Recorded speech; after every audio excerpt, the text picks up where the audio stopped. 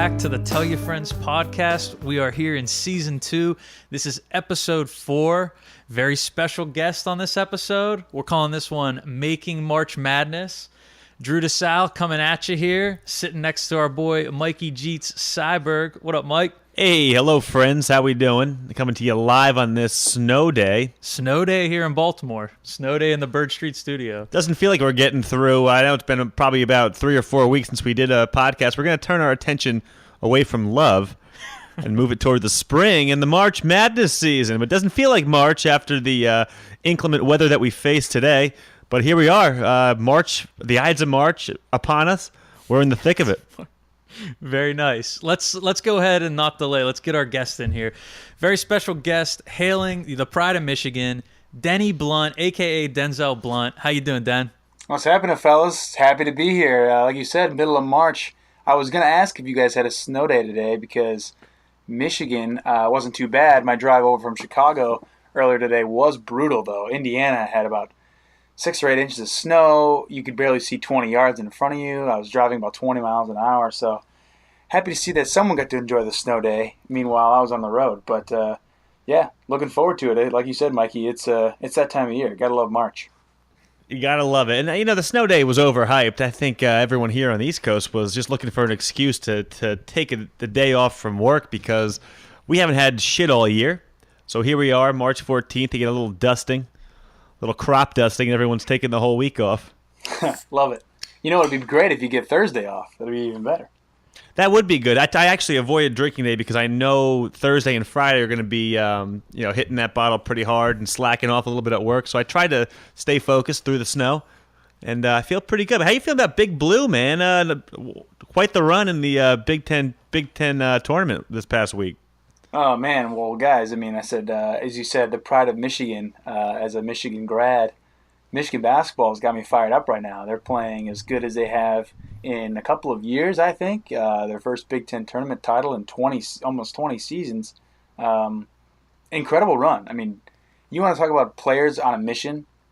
Derek Walton Jr., my God. I mean, Drew, could you play basketball like that guy? Did you catch any of his games? I know you get the bum shoulder and everything, but my God, that guy, I don't know if you've ever balled that good. I mean, he is in another level right now. It's unreal. I feel weird to like make a joke about it. It's almost like in bad taste. But those guys literally they get in like the plane crash or the plane accident, and now they're on fire. Yeah, no pun intended, right? Yeah, I mean, the thing is like it's a sensitive subject. It's a little hard to deal with. Like you said, it's not something you want to, jest about. Like their hashtag was like plane crash boys or something like that on Twitter. Geez. Seriously, that was like the team rallying like hashtag after the win on Sunday or after Saturday, I think it was, which is to me a little insensitive. But at the same time, I guess the young guys are embracing it. But they are playing. I said, I mean, not just on Michigan's level. It's one thing. But I watch a lot of basketball, and these guys are really, really, really playing well. It's going to be exciting to see what they can do moving forward, and if things cool down. I mean, my thing was that I was concerned that they would get a little tired. They're riding an emotional high after that Wednesday. Obviously, they had the incident with the plane. Thursday and Friday they play. I'm thinking Saturday they take a nosedive, and they don't. They played really well on the weekend as well, coming up as the champs. Yeah, they're making you proud. Well, the madness is definitely here. Dude, I think you would be pretty proud of our setup here. Mikey, we got it pretty good. We got the big screen. We got the game. It's halftime right now. But we saw your boy, Brian Anderson, right, Den? The talent, right? The talent. That's what they call him. Yes, talent, BA. Brian Anderson is going to be calling the one of the regional finals for CBS starting in a couple weeks, but is calling the first 4 tonight and worked with us at Big Ten on Friday night for our tournament coverage. He's a class act guy, and he's one of the best. I had a blast. The Big Ten tournament was down in D.C., so I got to hang out with you for a night and kind of rub elbows with some of the staff there, and you were giving me the skinny on everything. That was I had a blast. That was amazing. But what's funny is just the amount of expertise you have on the Big Ten is like outrageous, because that's why we got you on the show. You go around, you produce. What do you call yourself? Like associate producer or what? Yeah. What's your? So Associate producer. my current title for men's basketball games would be associate producer. Yeah, so I'm in charge of creating all the graphic content. So, when Mikey Jeets sees Derek Jeter's batting average at 185 with no home Whoa, runs, Below 30 whoa! RBIs in August, then that's below the me. Mendoza line. Yeah, exactly. Just to go What are baseball those terms, stats but always wrong with you putting them up there? exactly. But yeah, that's me. And doing out. So So like I was out at the Big Ten tournament last week, and it was awesome getting to hang out with you. We got to yeah. catch two games on Thursday night, I think it was. So yeah, it's great. Yeah, they were kind of blowouts, but it was fun. And you were blowing me away with the amount of Big Ten knowledge you have because you're following it all the time. Like, not only did you know, like, hey, this is so and so from Minnesota or this is so and so from Michigan, right?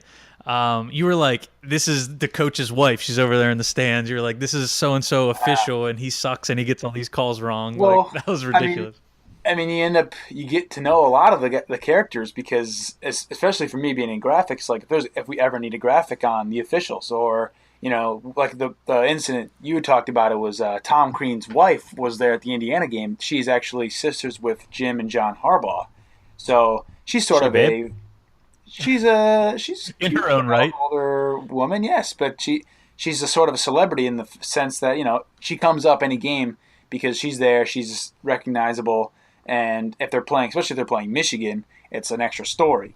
The Harbaugh family's usually there, and there's a tie, and that's kind of stuff that TV loves to grab. So that's where those kind of what would normally be an innocuous character isn't for the television background because we're trying to make stories out of sometimes nothing, and that's kind of what we Yeah, go they after. had So what's her name? Melissa. What's her name in the Veep show? But Julia Louis Dreyfus was there. What team's her son? Her right, son's on that one so team, so right? her son plays for Northwestern, who obviously we know broke their big streak. They had never made the NCAA tournament until now, and He doesn't. they were no, he He, doesn't play, yeah, but he he's doesn't kind sniff of the floor. she's What's kind her of name? What's her a character, Mikey? Selena Myers, of course. Selena Meyer. The vice president, she's the president, isn't she? That starts back up, right? Yeah, next month or two. That show I cracks me haven't up, watched man. that show. Is Really, it good? if you like Seinfeld, yeah. Well, good. To Okay. tell your friend's endorsement right here. Well, then I'll have to check it out. I mean, I've heard about it, and we got a little bit of steam because again, we covered a lot of Northwestern games, and I think she showed up to one of the regular season games we were at, but definitely the tournaments, and she'll be Yeah, pasted all over the television. We'll see her whenever Northwestern plays. I don't know when it is, but Thursday or Friday, obviously. Whenever paste they it all. take on Vanderbilt, we'll see a little Julia Louis Yeah, I'm, Dreyfus. I'm sure she can't just travel the country at will, but I threw this up here. I wanted to try to stump you or throw you off your game. Yeah, cue the quiz show drop right here. All right, then. So trivia for you. You ready? Okay. So can you name the only father-son coaches that are in the tournament? And now this is the first time it's ever happened. They've never had a father and a son coach different teams in the Okay. tournament. Can you name them? This year, currently. This year, this This is season. the season. I think I got you on this one. Okay, let me just take a quick look at the bracket and see if I could scour my brain for it. But honestly, that doesn't ring. Nothing rings a bell. Um, Take a minute and look. I got a hint ready for you if you need a hint. okay. Uh, This it's is not. this is what we do. We put dead air on a podcast. Yeah, pretty soon we're gonna start looking through YouTube stats and I mean, I could start easily firing those I on. could easily Google the answer, No, but no, good. I is wanted it it to be genuine. Yeah. is it does it have to do with the Drew family? Bryce Drew, isn't No, he the no. coach at Baylor? I feel there's also who's the guy? Here's your hint. I thought you would know it with your Big Ten knowledge. Okay, Does that so help it's you the out? guy- well, it's not. I mean, obviously, there's no Izzo, there's no Painter, there's no All right, Mike, you want Beeline. to give it to him? you ready for the answer? Yeah, I'll take it. It's gimme Rick and Richard Pitino for 500. Oh, come on. That's so easy. Oh, my God. That's so easy. Oh, my God. That's so easy. That is I disgusting. know. Right, that's some knowledge that's somewhere in your brain somewhere, but you couldn't Oh, pull it man, out. that's I'm glad I that's on the stumped tip you, of though. my I'm tongue. glad. And we're Well, sitting here I playing the role of Alex Trebek. I went through, four of the Big Ten teams. As soon as would have said Minnesota, obviously I would have said it. That shows you how fried my brain is. I've worked on like 20 basketball games in 12 days or something, or in the last like 2 weeks. So Yeah. it's just been a whirlwind. My brain is shut off for yesterday and today. That's for sure. Yeah, your schedule's been heating up, and it's not like you're just coming in on game day. You got to come in, and there's the prep and days early and stuff. So, give us a little idea of what your world is there. What's the truck like? How many guys or girls are back there? Or what's going on? We want to give the people a look behind the scenes a little bit.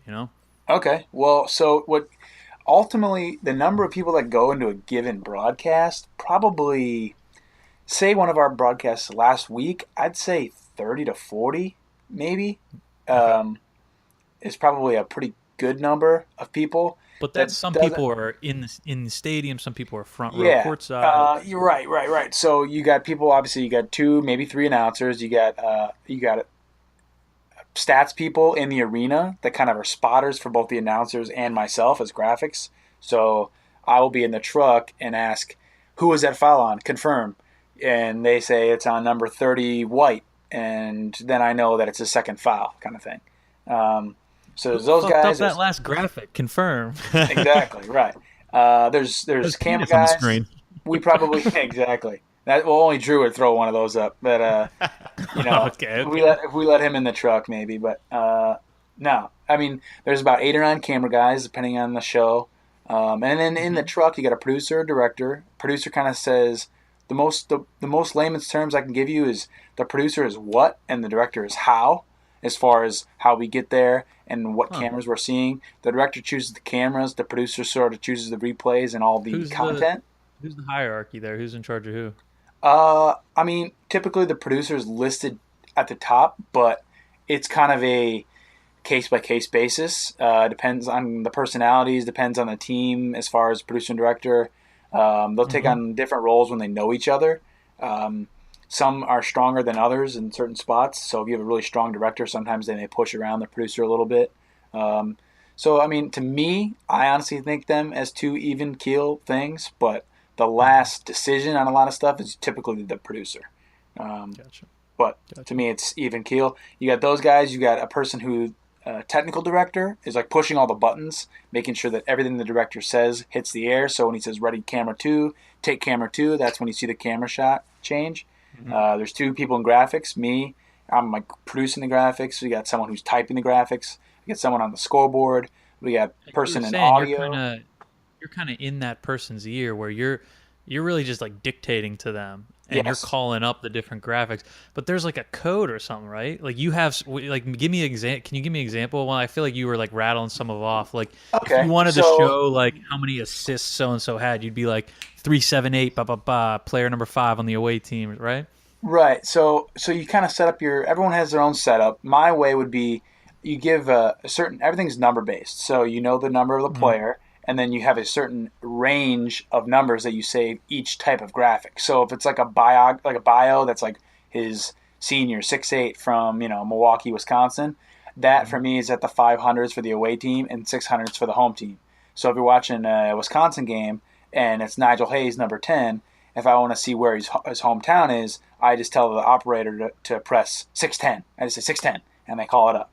If it's if he's if I want to put his stats with 3 categories, it'd be 410. If it's 2 categories, it's Huh. 210. If it's a special note that says he's Big Ten Player of the Year, it would be 1010 or anything like that. So you have it organized, and I call up numbers based on the situations, and It's crazy. there's It's like your whole um, language.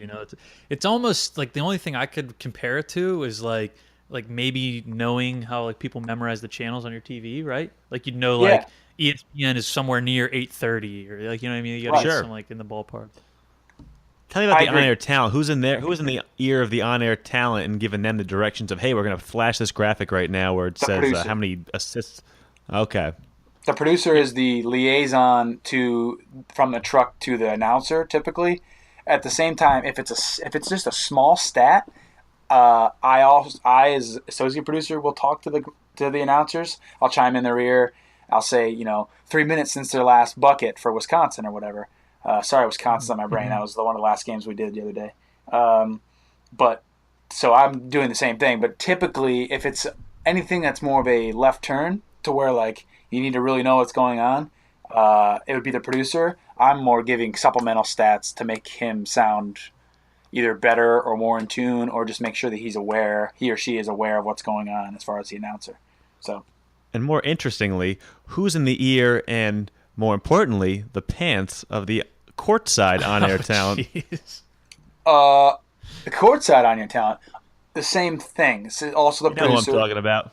Oh yeah. Also the producer, and again, also me if they need to. Our football sideline reporter will, hey Denny, how many rushing yards does so and so have, and I'll bop in her ear and say because she's getting ready to ask a question, post game or at Yeah. halftime to someone and wants to know the actual number. Mhm. So it ends up being a team effort, but typically producer, director, and myself are the three people that would talk to any of the announcers, I love whether that. they're at the desk or on the sideline, if you will. I love that they're called the talent. Like I don't know, that word just hits my ears. Hilarious. Like, oh, that's so so. Yeah, Oh, that's the talent. That's the honor talent. that's a good point. I mean, I didn't ever think of that until, again, you wouldn't think of them as quote unquote talent when you're Mhm. not in it, and you don't think of it until you are, and then once you are, it kind of becomes second nature. As that's what they are called. I don't know why. I mean, we are Talent. talented as well. I mean, so Yeah. I don't know why, but I don't think anyone takes offense to it or anything. It's just a little bit different. That's all. So something that blew me away. We were like I said, when we were hanging out, is that stats website, and I think it's unique to college sports, right? It's not necessarily for pro sports, but you said for all the college sports, regardless if it's football, basketball, whatever, men's, women's, they all use that one website. What was the name of that thing? Statbroadcast.com is And that's incredible. that's like a third party, but it's paid for by the conferences. Correct. So the Big Ten, like they struck a deal, I think it was last year or the year before, to where it's on all their events. At one point, it was like just on football, and then it trickled down to some other sports, and now all the way down to women's lacrosse or whatever you'd want to say. It has it, and it's incredible. I mean, it's just really incredible. It's almost real time. It's a little bit of a delay, but just enough to where you know that it's delayed, so it doesn't really affect us too much. Yeah, Mikey, Um, this was sweet. This, I mean, it's we really cool. had, and it's a public website. Again, statbroadcast.com. It's a public site, so we were on. Like, you can sit on your phone, you can pull, and you got the live graphic, the live stats feed right there, and it'll pull up like so and so's on a 20-2 run, and it'll give you all those little updates and nuggets, and you can like hammer in and get real specific. But We'll have to Yeah, plug it in for this you game should on check right it out. now. yeah, Yeah, I mean, if you pull it up, it'll be there. It's really incredible. Drew. Just a quick note. That game hmm. we went to, I don't know if you realized it at the time. I know how we were joking how it felt like Northwestern was just getting just gobbles of points. That was the largest run in a Big Ten game ever in basketball on record. 31 Well, it nothing. was 31 nothing is Wow. what it ended up being, and yeah, it was it was the ridiculous. largest run amongst Big Ten teams. Like maybe Michigan beat St. Mary's School of the Blind by more than a 31 nothing run, but Yeah, yeah, between but two between Big two. Ten teams, largest run of all time. Even though I don't really know if I can qualify Rutgers as a Big Ten team, but Oh, Ooh. if you do, then yeah, largest one of all time. Pretty incredible. that's something. That is definitely something. But yeah, the stats thing, and everybody uses it. Not just Big Ten Network, but also ESPN. Like we were looking around, and you could see right down on all the tables, everybody had the same thing. I was blown away. If you're interested or you want to see a cool way to follow along with this stuff, go check it out. Pull it up on your phone while you're watching the game. Oh yeah. Um, all right, Den. So give us some more. Give me an example of something that went off the rails. Did anything get fucked up when you guys were doing this Big Ten thing, or what? The only thing we did that was a little, I guess, incorrect is we ended up doing a promo for the next game and it had the wrong seed. So like Penn State was a 12 or a 13 seed, and we put 12. Um, I'll that appreciate was that at the in-state college. yeah, we were giving you a bump. Honestly, that's it though. Everything else was clean as far as I knew, and no one else noticed, and we'll What's be fine. give me a feel for there's a mistake that happens. What kind of language is getting thrown around? I mean, did you guys get all on Well, those internal mics like curse word motherfuckers and oh all is that? yeah, I mean, there's plenty of getting motherfucked, that's for sure. But I mean, the thing is everyone knows you're all in the same boat. Like especially when we're working on a tournament, we're all like it's our top crews. We're together a lot of the year. We all know and trust each Mhm. other pretty well. So if there's a mistake, it's not because they meant it. You know what I mean? Like you are doing a lot of stuff in a very short amount of time, very fast, and everything's moving and changing. There's no script. I mean, obviously the game format is the same, but things are always going to be slightly different. and you're just going rolling with the punches. And so everyone in there is good at adapting, which is definitely one of the number one keys to success in that business. But at the same time, you understand that mistakes will happen. Now, our group is solid, and we don't have many mistakes that people at home will notice by any stretch.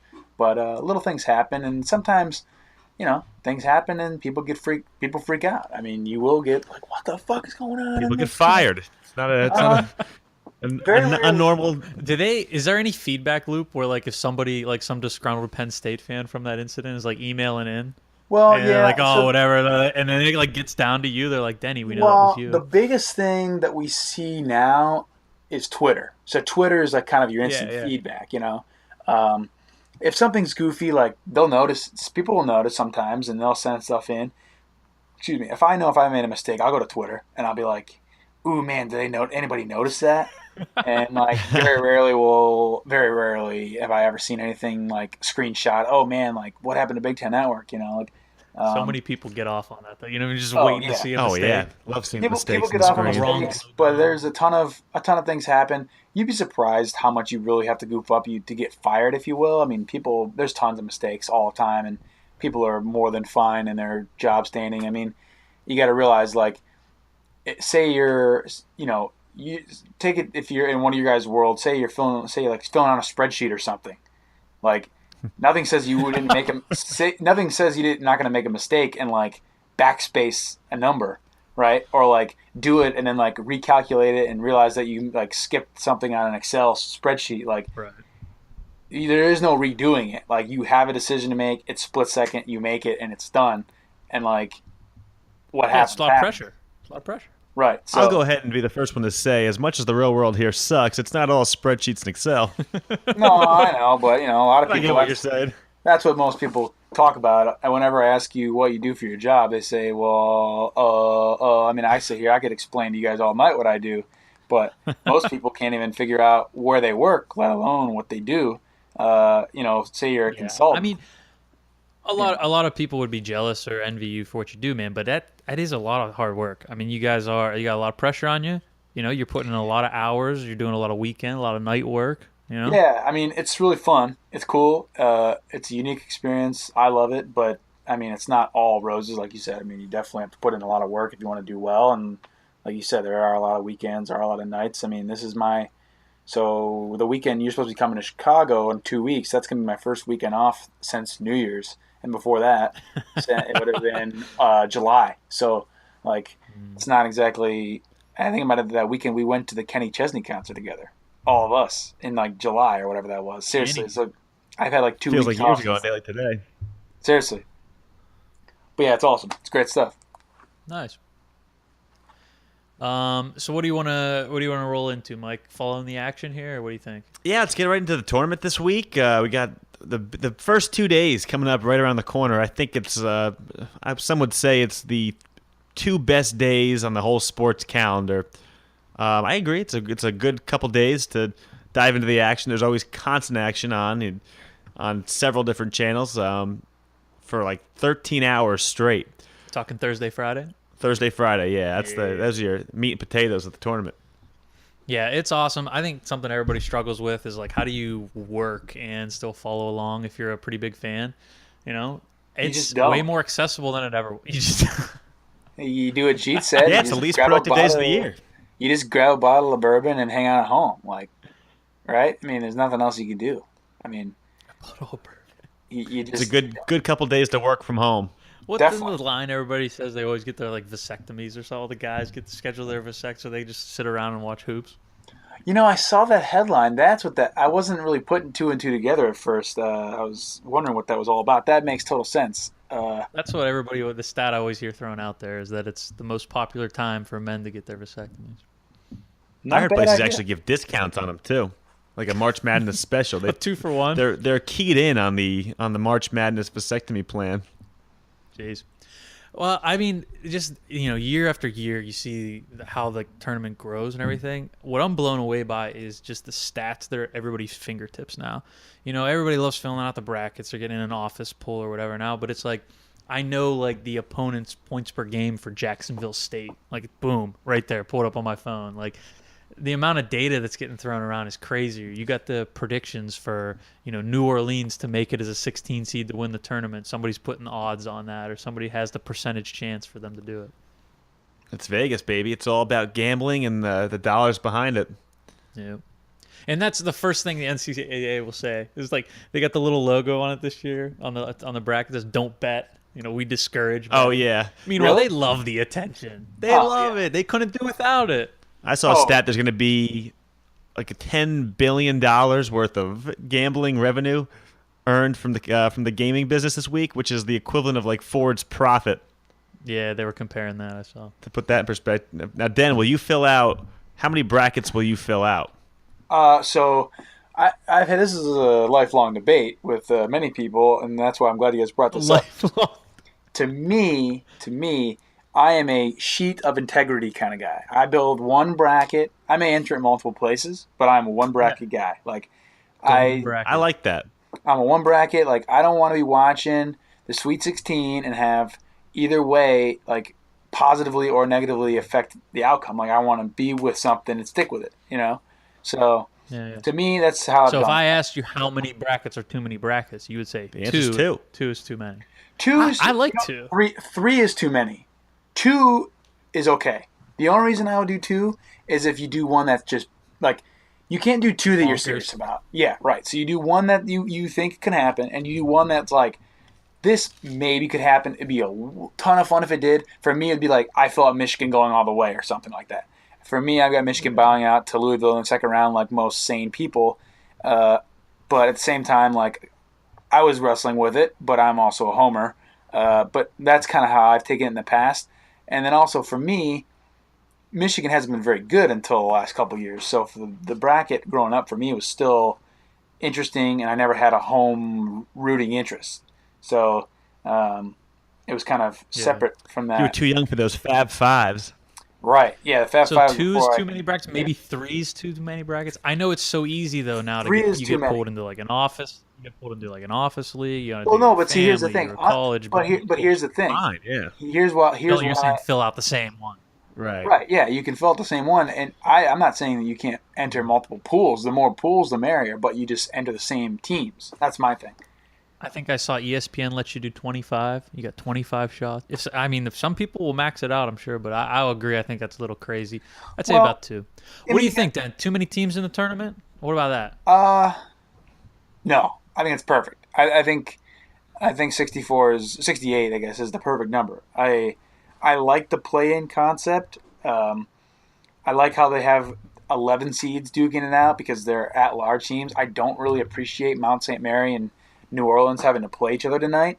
I think that they should be on their stage with, even though they're getting blown out by Villanova, I still think that they've deserved to play a team like that matters, like a big dog, in those tournament settings. Now, I understand that they've made the Dayton site pretty awesome. But I kind of like the 16-16. It's because it's kind of a one-off, right? I mean, these guys are really just playing for tonight, Throw them on the national stage, let them shine. They got a real shot at winning something. Yeah. The 16s never beat the 1. I understand that they have a real shot at something, and it's a little bit unique. I think it's cool. I totally buy both ways. I'm not totally against having them play tonight. I just think that they deserve to be a part of the 64 field if they are one of the automatic qualifiers. That's kind of my thought behind it. I think that the 11 seeds playing in tonight, I'm sure there were a couple other 12 seeds that would have loved to play in, like Illinois State, who got snubbed. Say they get the chance to play tonight instead. Nice drop there. You go. I mean, I think that's how I would do it. But at the same time, I think this first four is just another good money grab. It gets the ball rolling earlier. Keeps the momentum going from last week, and it adds a couple more teams in it. But much more than 68, I think, is just going to end up watering it down because, quite frankly, some of the teams that were on the outside looking in that they were talking about, I've seen play some games, and I tell you, they are not tournament worthy. Like the fact that Iowa, even some of the Hawkeyes. The fact that Iowa was on the bubble was a joke. They lost by 30 to one of the worst teams in the Big Ten, the game that we watched. Like they're not good, Right. See, they don't deserve to And be where in the does the tournament. complaining end? We have people complaining, obviously, and probably within the right reason for the 4-team college football playoff.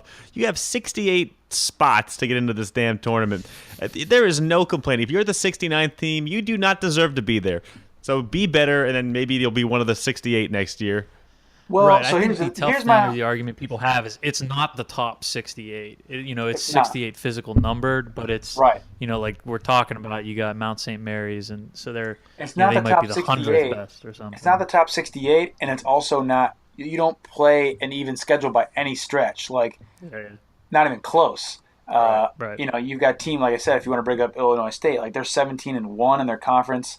They hadn't lost the game in months up until the conference championship game. They have a pretty good resume. All by all the numbers, they're up there.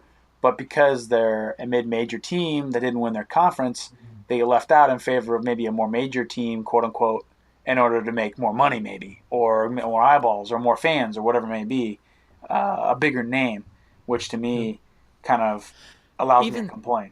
I think. even some of the teams that are in it this year, though. I mean, I was look. I mean, there's like, hey, what they said, Mount St. Mary's team, whatever. They started the year 1-11, and I mean that doesn't sound like a tournament team. Oklahoma Right. State started the year 0-6 in conference play. I mean, I'm there's with some, you. it's definitely a huge field, if you will. You gotta love that Huge. seeing that dickhead Jim Boeheim get left out, though. I can concur with that. I'm on board with that. But see, I'm glad that's another one of those teams that if you expand that's a great point right there. Like if you expand the teams, someone like Syracuse is in. They're terrible. They're not good. They don't belong Yeah. in. And let's keep them out. I mean, I understand they're always gonna be that next team that's snubbed, but I'm with you, Mike, on even though it's imbalanced, just do better. Like there's got to be a little better. It's not easy, but it can be done, and I think it's at a really good number right now. It's at maximum excitement. Everyone's excited. If you make it Yeah. 128, that first week is a little watered down. Right. If you make it whatever the 90 196, I guess would be the next number up. If you make it like a half a round bye for everybody, that maybe waters it down too. I think this is at a quality number. 128. Where are we finding the time to play these games? We're already looking at 13 hours of basketball a day. There's not enough sunlight in the day to play these damn games. Well, it would be they just bump it back a week. You play another weekend. The Final Four Yeah. would be April 10th or whatever. It wouldn't be. It's Masters weekend. They can't be fucking with that. Yep. That's true. Valid point. Love Masters. Can't wait. It's coming up soon. This is what sets up the whole sports calendar. You have your March Madness kicking it off, and you got opening day, Masters, and we're in the spring and cruising right on through the year here. Exactly. Have you That's guys why we're been? getting close to Jim Nance week. Yeah, Mike always talks about this Jim Nance week that's coming up. Are you privy to Jim Nance week? I don't know what Gym Nance Week is. Jim Nance week is the first week of April every single year. You I got know- the yeah, I know. Saturday Final Four. I know where you're And going. you know where I'm going with this. He's Yeah. got the Monday National Championship. Right. Gets on his private jet from there right down to Augusta National. Thursday through Sunday, he's doing the Masters. That's one hell of a week. Yeah, that's hard to beat. Yeah, that's top notch, dude. That's great stuff. Can't And he's beat passing that. out his tie everywhere along the way. Loving it. All right, so I think we're getting close to kind of close to wrapping it up here. I still gotta fulfill my True TV quota for the entire year. Can you name a single show on True TV that either of you guys? Yeah. I know what you're gonna say. Impractical Jokers. It's the only one they show on the damn channel. It's Yeah. Impractical Jokers and March Madness. That's on True TV. Yeah, I know that show. constant but reruns. I didn't realize it was on that. I a think good there's show. I think there's a crime show also, like a CSI knockoff or something that's on there a little bit too. But definitely Impractical Jokers is their pride and joy. Not to mention like tonight and a couple games on Thursday, Friday. Yeah. So we got the first four going on. We got the first round coming up Thursday, Friday. Pumped up. Gonna be awesome. Den, what else you want to sprinkle in here as we're wrapping up, or what do you got coming up? I know I'm headed up to Chicago. It's gonna be fun. Yeah, it's We gonna be got great. on the podcast maybe a little, like we were alluding to, a little Masters action. And some opening Yeah. day baseball, of course. Yeah. Yeah, a lot of good stuff's on the horizon. This is a great time of year. I can't wait. Next couple weeks, you can come up to town. This weekend, I'm in Detroit working the Big Ten hockey tournament. So I'm going to be working that, keeping a strong eye on the basketball and in the meantime. and then looking forward to about 10 days off. I said I've been on the grind. Ooh. Gonna get a little vacation, hang out here with my family for a couple days in Michigan, and then kick it in Chicago. And I said you're coming up for that weekend and just hang out and relax. So it's gonna be great. Nice. Good vibes. I will I'll leave it with a quick tell your friends. Thanks for listening. Dan, thanks for coming on. It was a pleasure having you. Yeah, thanks guys. Appreciate it. Thanks for coming on, Dan. You're one of our favorite guests. We'll have to get you back on for something. Guys, thanks for tuning in this week, and we'll catch you soon. Tell your friends. Cause it's infectious, a contagion, and it's taking on the nation. The kind of melody